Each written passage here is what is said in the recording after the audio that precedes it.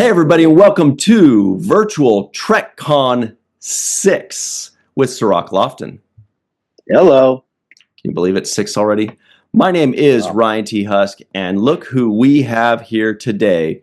We've got Dominic Keating, Connor Trinneer, you know them from Star Trek Enterprise, or the Decon Chamber. How you guys doing today? Good, man. Guys. Good to see you. Thanks for having us on. Yeah, thank you, guys. The legends, Connor and Dom. We have become so. I know it's taken 20 years, but yeah, I wonder exactly what that legend might look like. Yeah, it looks like this. Well, Enterprise started almost 24 years ago, right? Yeah, it sure did, man. Yeah, you got to bracket in with the legacy. You're in that legacy bracket. We are. Yeah, bringing up the back end. Well, let's start off first of all on Enterprise. Have you guys gone back and watched your old show, and if so, how much of it? Well, I've seen it all. Yeah, I mean, we'd seen it all in the day and over the years, but we've gone back recently to do, watch parties. And at the moment we're at, I believe, episode 8. Yes. And that's interesting because, you guys have done this, other podcasts have as well, but it's really interesting to go back and watch the show with not a critical eye, but an eye nonetheless that is trying to assess where we were, where the show was going, and how we were doing at that given time. Yeah, and slightly dispassionately, if you will. I mean, there's a tenderness going back and looking at oneself 5 years later on, recognizing some of the greenness, and neither of us were not unseasoned actors, but neither of us had a series regular part. And that really is a benchmark that actors, have to get to. You really cut your teeth when you're doing it week in, week out, and watching it, literally 2 weeks later, and going, well, don't do that again. And I want to ask you, when you're watching it now, because I know a lot of actors, including myself, I kind of don't like watching myself. Not a huge. I'm not a huge fan of watching myself. I'm very critical of myself. I'm looking at it like I could have done that. I shouldn't have done this. Should, your head, whatever it is, facial expressions, the line deliveries. You just start to critique yourself to the nth degree. And but the other thing that I've found, that once enough time has elapsed, where it's far enough away from the point that you've done it, you can start to look at it a little bit more objectively and less personal. With some tenderness and with some tenderness and fondness, yes. Fondness and being a little kinder to yourself. And even with episodic, I mean, they don't shoot. You shoot fast. It's not it's not a 6-day shoot, 23 pages a day, but it's fast enough, and you don't get if technically they've got the take right, they're moving on. They're moving on. It's rare that a director, if you plead to I got one more, it better be better. I mean, and echoing that, I also felt, I can speak only for myself, that in the beginnings of our show, as we're doing now, I was just working too hard. Yeah, I wasn't quite throwing it away. Yeah. I wasn't quite grooving on and throwing it away and grooving on. Everything was so very important that came out of my mouth. Yes. That I do know that eventually, I don't even know where that moment was. I guess we'll find it, where I found myself just inhabiting the role on that day, as opposed to making it happen. Yeah, gilding the lily on every line. Gilding it. Gilding the Malcolm lily. Yeah, agreed. And there was just this last episode I watched I remember being nervous. They suddenly put me in the captain's chair. They were all down on an away mission, and I was in charge of the ship. And suddenly I was getting the hero shot, and it was like. So was there a bit of that? Was there nervousness there? Oh yeah. Was that?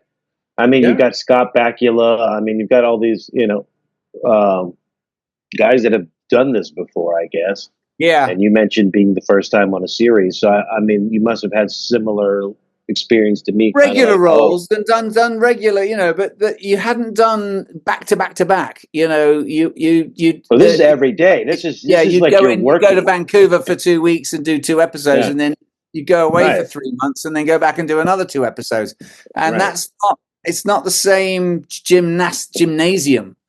Of doing it week in, week out with that black box that suddenly you just aren't even aware the black box is there, and it's your friend. And actually, if you are aware it's there, you're using the black box to your favor. You're showing them a bit of it and then turning away. And it's skill, it's and comfortability and confidence when you do see the finished result and you go, oh, you know what? That was good. That bit was good. There's an element as well. I think that when you start out on a show, I can't imagine a show that doesn't have this for actors who have just had their first series, and that you're not quite inhabiting the thing as you are telling everybody that you're doing the thing. Yeah, and the difference is. The difference is quite big. As a child, I mean, Sirach, you were younger.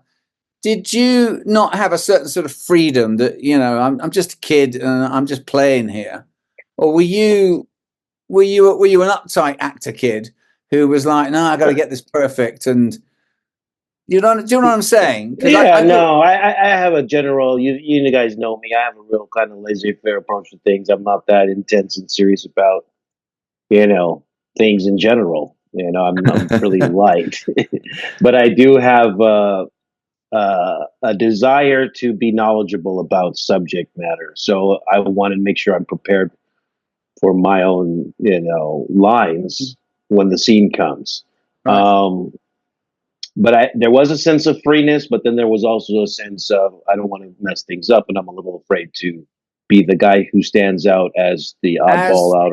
Right. Yeah. And you're the child in a group of seasoned actors. Right. Yeah. So I don't want to be like, oh, this kid screwed it up again. We got to go back to number 1 because of this guy who's not ready. There's a little bit of. I think there's also a bit of like, but by the time you realize you're not going to get fired for doing this, you begin to relax a little bit. Well, Connor, you mentioned kind of feeling like you didn't want to throw away any of the lines, and you had to make sure every line counted, and you wanted every line delivery to mean something and be, perfect. Where'd that pressure come from? Did you feel like, because I know there were a lot of times where, as a fan, I was watching the show, and after 2 seasons, there were already rumors that the show might get canceled, and after 3 seasons, the show might get canceled. And after 4 seasons, it did, so I wonder if there was there some of that where you guys, was there a pressure that you guys felt like every show, every episode has to count, or was it just your own self as an actor? I did, well, especially in the first season, which we have been rediscovering. No, it really wasn't so much that because that would then ask me, I'm responsible somehow for the success or failure of this show. And I never felt that way. Oh, I know. What I did feel was what I really felt initially was that I was trying to, make my bona fides as my own character and showing that and not knowing, of course, you don't know what is the next episode. You just know the episode that you have. So, for instance, we were doing the previous episode, and I literally had a script full of catchphrases. Yeah. And how do you make a catchphrase your own? Typically it's like, you're out of gas, you might want to try and let it you know, and you know, you want to make it your own, but I think that really, truly, at least for me, I was trying to make myself important in this big cast of people. And the reality is that the way that you do that is just to kind of groove into it as opposed to forcing it. And I have felt in watching the first several episodes that I was like, dang it, it's my turn. Yeah. You know, and that eventually goes away. Yeah, I think that, and oftentimes there's a competitiveness. It's not necessarily against your other actors, but certainly I need to shine, and wherever I can find a moment to shine, rather than picking 2 moments in a half-hour episode, you pick 32 moments in a half-hour episode, Right. and you screw it up. It's almost antithetical to storytelling, to be honest with you. You know, I mean, you read a book and you know, there are moments that pop out at you, and they're meant to pop out at you, and when you're the one speaking the words and carrying the character, you have to have a little patience and just. And the other thing is, I think Connor and I both came from very much stage background, and I think that was a disservice to us initially. You know, can you hear me at the back acting? And the volume, you mean, just projecting? Yeah, the voice? just exactly. Just being, you know, over. I was playing to Johnny Props on the other side of the camera, rather than, you know, the 5 million people in the box. Right. Yeah. I jokingly made a comment recently where I said when I got the job that I actually thought I was the star of this show, and it was all about me. Right? You weren't? I know. And then I got the call sheet, and I'm like, number 9. That stings. Hey, it's Deep Space Nine. All right. But, you know, how much of that is kind of the approach that you do have to take when you go into this, where it's like you kind of, from your perspective, have to feel a little bit about, like, this is about my journey, you know, and I'm going to bring life to that in some sense. I know, you know, it's all about Star Trek and the captain and all of these other things, but you have to still bring life to your own story. And you almost have to approach it as if it is all about you to some degree. And Sirach, there's a sweet spot in there where it's real. Right. And, you know, before that, you can overact and you can look back at yourself and be like, oh man, just slow it down. Just let it sit there with you. But the sweet spot takes time to figure out, because what you're doing is you're merging this 3-line character byline to you. And eventually at some point, that 3-line byline gets infused into who you are. Yeah. And because they cast you. And they cast you for a reason. They cast you for a reason. Yeah. They saw whatever they envisaged in you.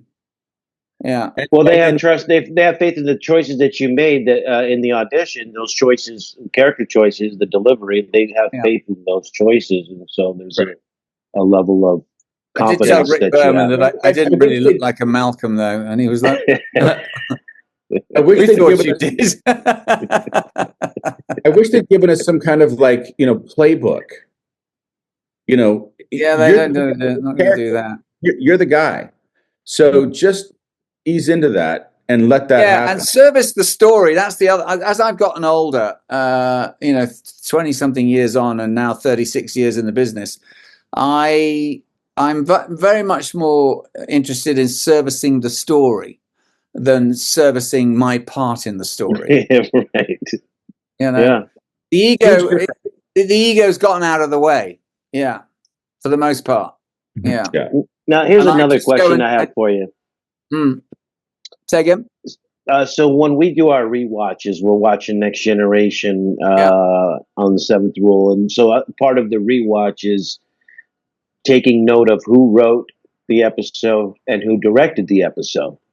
And what I find is a lot of the directors that I worked with were already directing the next generation before I met them, right? The Cliff Bowles of the world, the Les Landows. And my question is, when you're watching it, are you critiquing some of the director's choices that you see? Are you seeing shots and saying this is boring or stagnant and not really moving the story along? Initially, when we shot them on the day, and then you'd see them 2 weeks later, I was like, "That's what they saw I did." And also, you have directors with different MOs. For instance, Mike Vehar, a very good director.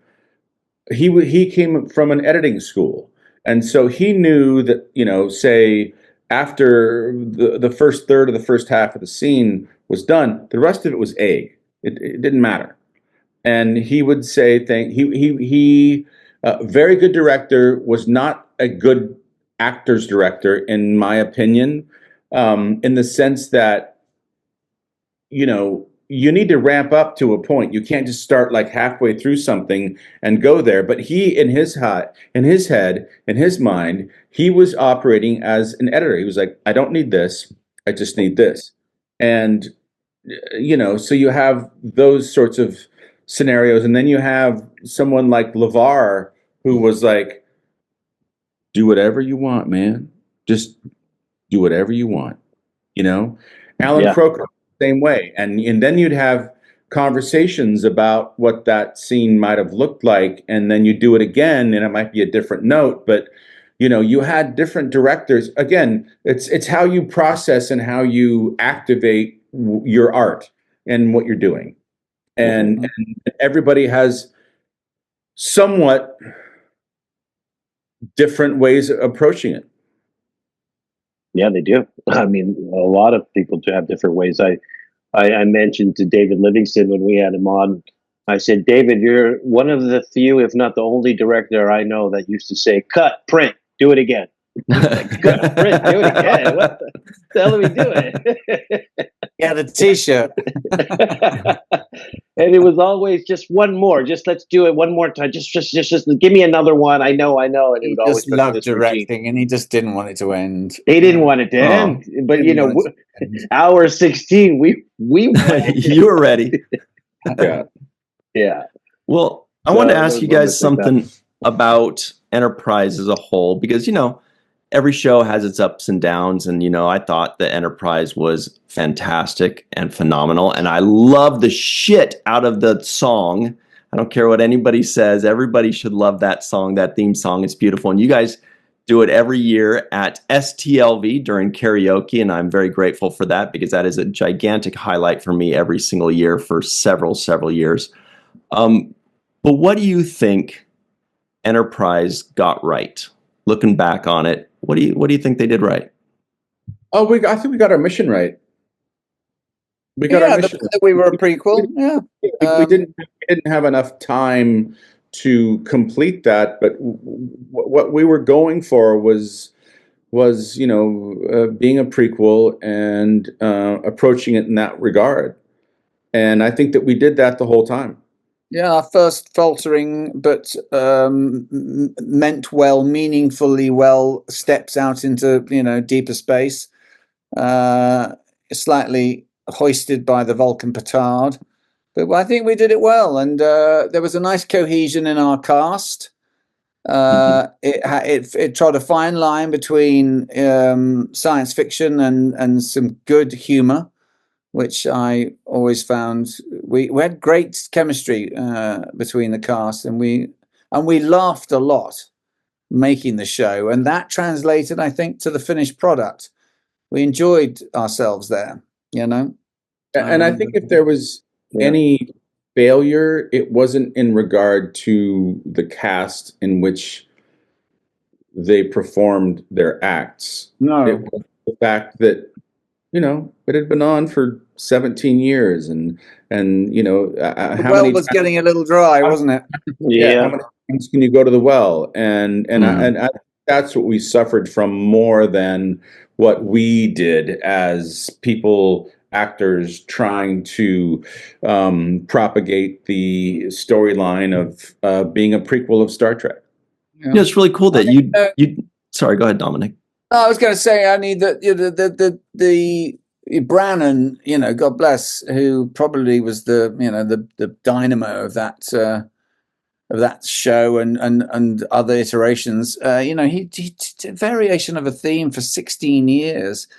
He must have been exhausted, and you saw the difference in the uptake when Manny took over in season 4. And that suddenly this fresh blood and a huge advancement for him in his career suddenly made a big difference. And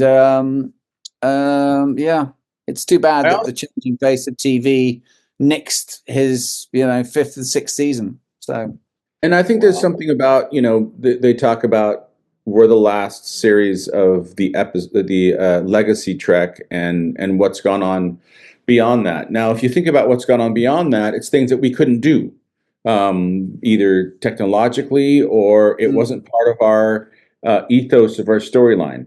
A lot of storylines that might have modernized our show and actually found a new spring of water in the well. Unfortunately, and no disrespect to Rick, because he thought he had something. It ain't broke, don't fix it. A lot of storylines got shot down that were more controversial, that were more modern, and maybe appealing to a younger audience that we needed to attract. And it took them, 12 years to then find Discovery, which was an entirely different animal. And we might have. I think there were I'm sure there were some very heated debates in the Cooper building about what the next episode could be. And I've said this before. You cannot forget that our show was defined by 9/11. Mm-hmm. Yeah. Completely. Yeah. There was a time in that world. Our show changed as a result of 9/11, and it happened very, very soon in our iteration. And I think that to watch that show, to watch our show without knowing that, you're doing yourself a disservice. Know when you're watching our show that we were defined by 9/11. And I always say the success of 24 with the through arc through 24 episodes. Well, for season 3, the Xindi became about 9/11 and 24. Yeah, that each episode was not a standalone episode; it was now a through arc. And well, something that I've noticed too, and I'm not going to name anybody specifically because I don't like to trash anybody, but I will say this for the purpose of this point. Is that out of a lot of the stuff that I've seen, I feel like a lot of the core Star Trek kind of storytelling and ways of telling story have been altered to some degree. And unfairly, I think Enterprise has gotten criticism that when you look back at it, it seems to be more Star Trek than a lot of the Star Trek that that I see. Yeah, I have to say. I mean, I think it was. I mean, not to name shows or I'm not. Yeah, not to name anybody. I've watched a lot of other Star Trek, and I'll agree. A lot of other Star Treks tedious as shit. Yeah, but that show holds up with time, and it definitely has all of the characteristics of what quality Star Trek is all about. Really, honestly, if we'd done the 5, 6, and 7, I think we'd have gone down the annals of all-time great Star Trek. Sure, I really do. I think that also, you have to remember that, there's somewhat of an Americanism about Enterprise. Yeah, there is. There's a certain Americanism about. Yeah, I sense that as well. We approached everything we did. Again, back to this 9/11 discussion. Yeah. Yeah, and look at the knee-jerk reaction to 9/11 in the real world is mirrored there on our show. Let's go blow these up. Yeah, and we all felt that. Yeah, I know I did, and I wasn't even a citizen then, but I'd been in America long enough, and I was like, yeah, no. If they want to play like this. Okay. And I'd like to add one more thing to the statement you made a little bit earlier ago about not really getting that full chance to spread your wings in season 5. And for the record now, after watching the first, 4 seasons now in season 5 of Next Generation, season 5 of Next Generation so far has been the best season of the series. Yeah. And season 5 of Deep Space Nine is arguably the best that's right. season of Deep Space Nine. Yeah. So usually it takes around 4, halfway through 4, before you really start, hitting the pay dirt. You find your sea legs. In a way.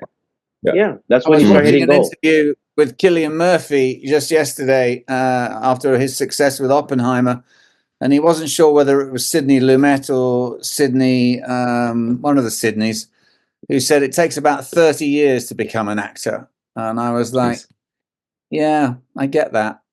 It does. Yeah. You have to. It's all got to permeate through you as a human being, and all your life experience has got to get wrapped up in your technique, and then you might actually be quite a good actor. Yeah, your job isn't to impress. Your job isn't to save. Your job is to tell the truth. Tell the truth. Tell the story. Service the story truthfully. Yeah.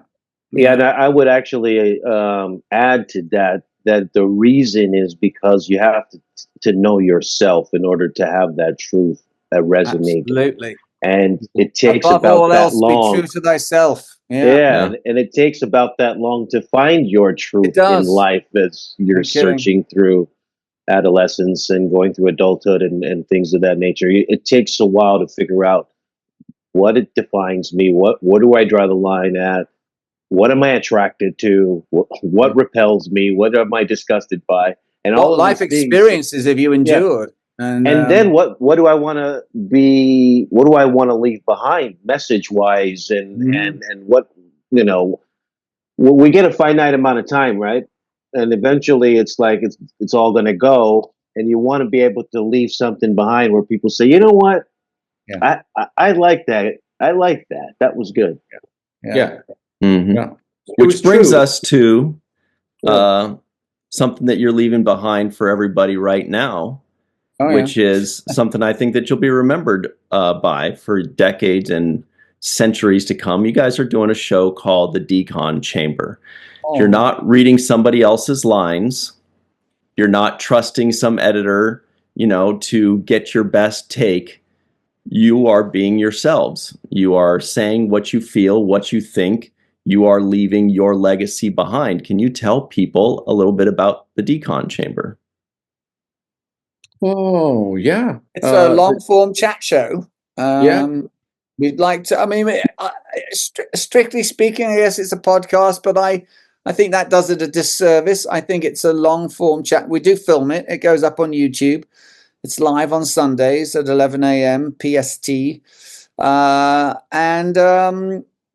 And it's really, initially and still is mostly Trek-centric chat show, but we're branching out, and we've now got a couple of people with their fingers in the pie helping us get other guests from other genres, as it were. So we will expect to see sort of Marvel-esque people and DC people. Yeah. Big time. Nice. It's been an extraordinary adventure, and getting to, we do the research, and you get to learn a lot about someone before they come on. You will note that unlike other shows of similar nature, we don't have notes at all, and and the conversation just flows, and it's something we're very proud of. I know. Yeah, I agree. And I think one of the things that I would echo with what you guys are doing, we've done, as you have as well, I'm sure, other podcasts where the people who are interviewing us or talking to us don't quite have an understanding about what it means to have a real conversation with someone. And I think that you guys do this as well, and we really try to do that, is that we do the research and then we just look. It's almost like how an actor prepares. You do all the work before you ever get there and then see what happens. Yeah. And I think that's the wonder of a real good conversation. I think that's one of the things that is good about our show, is that what we do is we do the work, and ultimately when somebody comes on, we're ready for any way and direction this conversation might go. I kind of liken it to a stand-up comedian because what they do is they write all their jokes out, they plan everything out, they workshop it, they do all this stuff. They put it on their little stool next to their water so that when they run out of things to say, they pretend to take a sip of water, they check their notes. But they only check that when they run out of things to say. If things are flowing, if people are laughing, if things are moving, fuck that stool. Just keep it going and have fun. Just let it roll. Let it roll. I've worked with that stool. He's a bitch.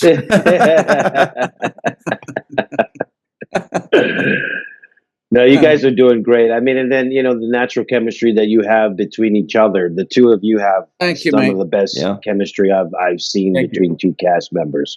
That is definitely one of the secret sort of sources of the show. Yeah.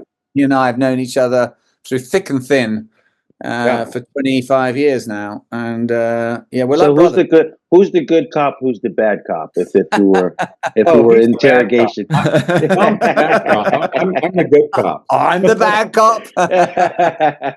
I'll ask maybe the more slightly risque, poignant. I did say to him not that long ago, "You've never said anything controversial in your life." Wow, that's tough. That's not true. That is also not true. That's also not true. But I am more likely to be slightly more controversial.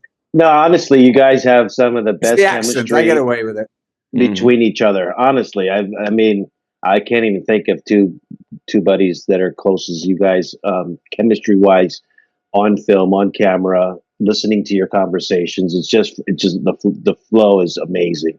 Thank you, Sirach. I think one of the things that is a gift for our show and also for our relationship as friends is that we are different cats, man. We are different people, but we have this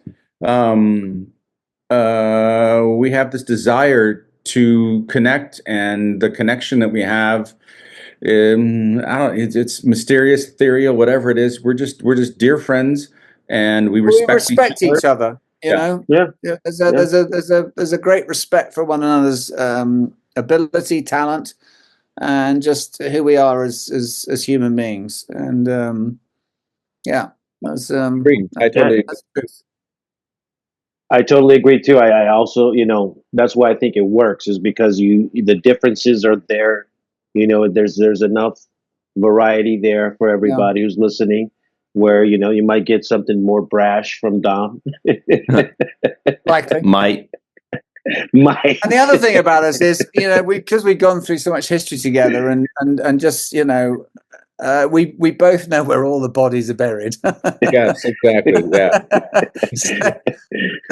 So mostly it's Connor pulling back the reins, like not all the way. Not that one. Not that one. He knows where the shallow graves are. Yes. Yeah. So it's like Martin and Lewis without the breakup. Yeah.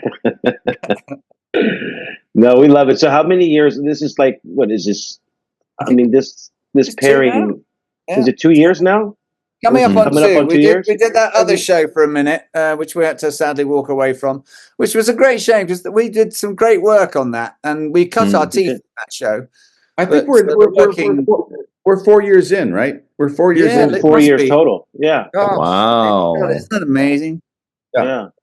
That's and nuts. did you find a lot of the people found you over at Decon Chamber now and have moved over and kind of made the transition with you? Not with such alacrity as I might have hoped, actually. So whoever's listening and doesn't realise that we've moved over from the Shuttle Pod show to the Decon Chamber, wake up and come and join us at the Decon. Get with the program.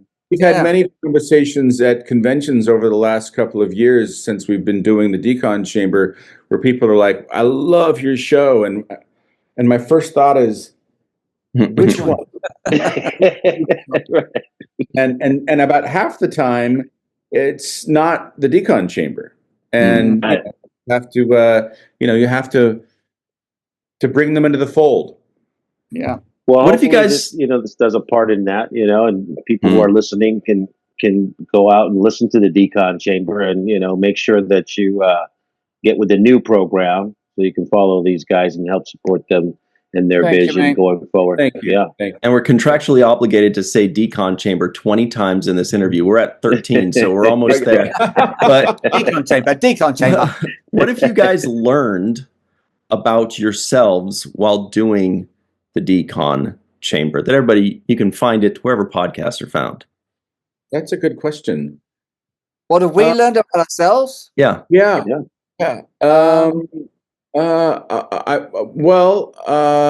I've learned about myself is that I'm best at this when I'm riffing off of something.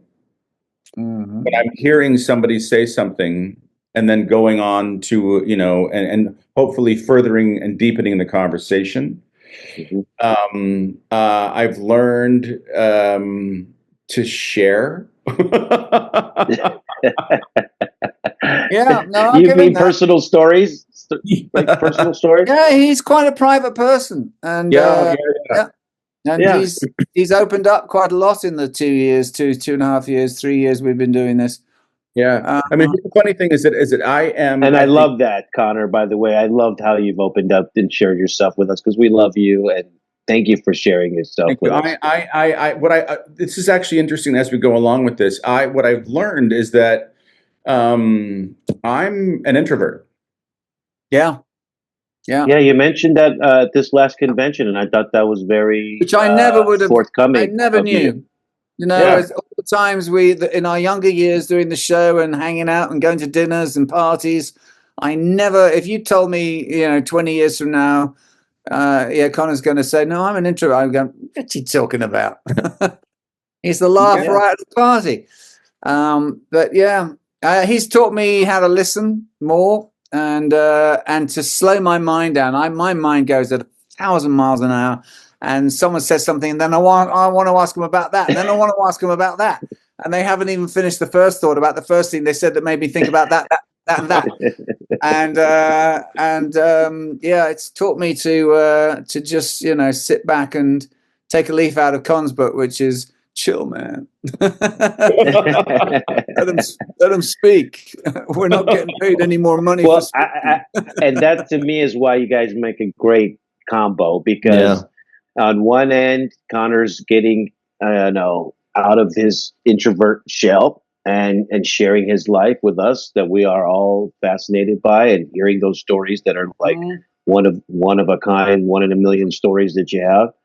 And then Dom, you're also giving us something different too by listening more and reflecting on things and making these points to stay focused on a subject matter and cover it in depth. So. I think we're very good at covering each other. The gaps. Exactly. Mm-hmm. Yeah. And I love it when he covers my gap, as it were. That's not code. Hey, that's personal business, guys. That's what you got. That's behind the paywall, guys. I think we're okay to explore that a bit more. Go ahead. I think the yin and the yang of these two human beings being together doing a show is it's our secret sauce. Yeah, I think that really enjoy it. Yeah, and we honestly at the end of a show, we hug each other and just go, "That was really fun." I get nervous still. He's not so nervous as me, but I still get nervous before showtime. It's just the way I've always been as an actor. I was never a throw-up actor, off stage, but definitely like stomach's rumbling, starting to sweat a bit. And but we get to the end of the show, and we brought another one in, and we're just super proud. And we go. There are some shows we know that we look at each other and go, "It's gold." Yeah. And let me add, from my own experience, I think it's extremely humbling when I'm at one of the conventions and somebody comes up to the table and says, "I listened to your podcast, and I love listening to you." It's a super humbling thing. It's like, it is. Because when you look at the numbers of the people who are listening, you go, "Wow." And I'm so appreciative of that, almost more so than having watched Star Trek. I kind of expect you to watch Star Trek, but if you listen to the podcast, that's like a level of support that I know that, not everybody gets. So I'm grateful for that. Mm-hmm. We don't have UPN, right? We don't have UPN doing this. I mean, people take their time out to go the extra mile to find these podcasts and to spend time and dedicate the hours that it takes to listen to these interviews just so they can get inside information on somebody that they like to watch on screen. And I think that's what our obligation is, to provide that for these people, so that when they tune in, they get something different and new that they wouldn't get, just having a conversation or watching. That is a very valid point, Sirach. And I think that's something that we naturally do. We're not shy about telling the truth without throwing anyone under the bus. And definitely. And it makes it more interesting, and they get a greater understanding of what it was like to make these shows, to be actors on these shows, and what it meant to our lives. Because God knows, we know that this phenomenon has changed all our lives for the better. And I also look at it for the long lens of life, where long after we're gone, and and some kids writing a paper on Enterprise, and the material that you guys are putting out there may be part of his research that he's making this thank point. You for saying that, because there was a time when we were doing these interviews and I thought, this is for posterity. Yes. We're getting George Takei, we're getting Walter Koenig, we're getting Bill Shatner. And these guys are not going to be around that much longer. No. God bless. I mean, I hope they are. But well, Shatner's going to outlive us all. But I see the point. And one day, you and I, and we're gonna be them too. Exactly, which is why I think there is a value in taking the time out to cover the material in this in-depth way and leaving it for posterity, so people have more understanding of both the time. Agreed. Like just mentioning the 9/11 aspect, putting that in context. Now somebody who's researching is going to say, "Oh, I have to put that lens on as well in order to contextualize what I'm seeing." I quite agree. We didn't do for a long time any watch parties whatsoever. We were so fortunate that we were able to get guest after guest after guest.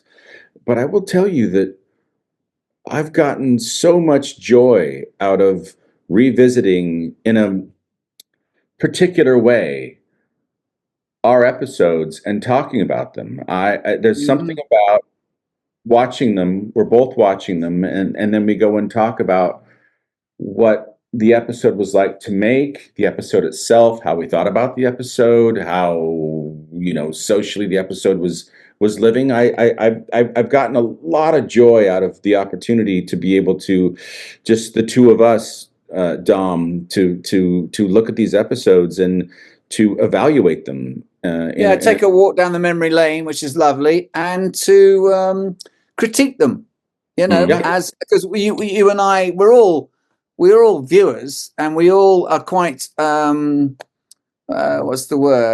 educated viewers, if you will. We know we've been behind the mirror and the smoke and the curtains and seen how shit gets made.